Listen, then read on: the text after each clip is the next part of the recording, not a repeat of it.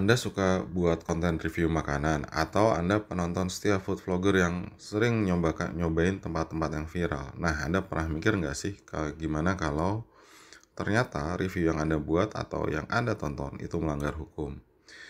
Ya, di balik konten yang kelihatannya seru, jujur, dan kadang pedas, food vlogger juga punya tanggung jawab, bukan cuma ke follower, tapi juga secara etika dan hukum. Review makanan tuh sekarang udah jadi tren, tapi sebagai food vlogger, Anda nggak bisa asal komen enak banget atau jijik parah atau apapun itu tanpa mikir, karena konten Anda itu bisa banget berdampak ke reputasi dan juga penghasilan orang lain. Makanya, yuk kita bahas dulu soal etika. Pertama, kejujuran itu wajib. Jangan bilang enak cuma karena dapat makanan gratis, tapi juga jangan menjelek-jelekan makanan tanpa punya dasar yang cukup kuat. Audiens Anda butuh ulasan yang jujur, bukan sekedar sensasi.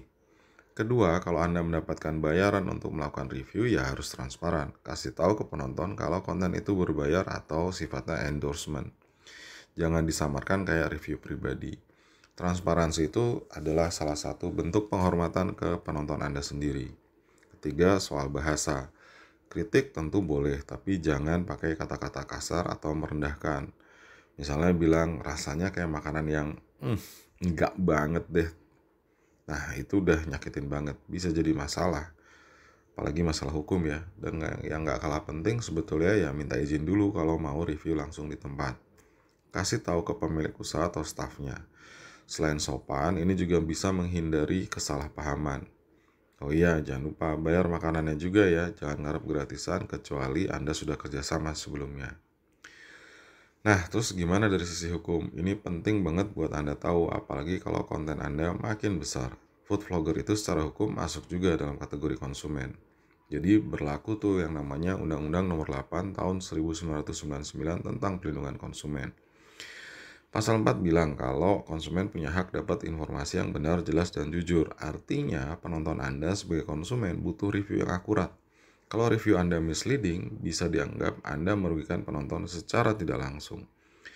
Di sisi lain, pasal 5 juga kasih tahu kalau konsumen harus beretikat baik.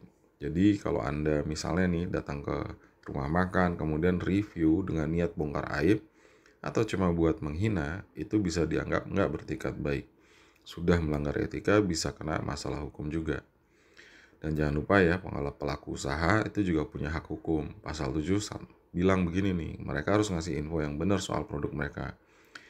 Tapi mereka juga berhak dapat perlindungan dari ulasan yang gak fair atau menyesatkan. Jadi jangan sekedar nganggap ini kan opini gue sebagai tameng hukum ya. Karena kalau opini Anda berdampak langsung ke reputasi usaha orang, ya bisa dituntut, apalagi kalau kontennya viral. Gimana?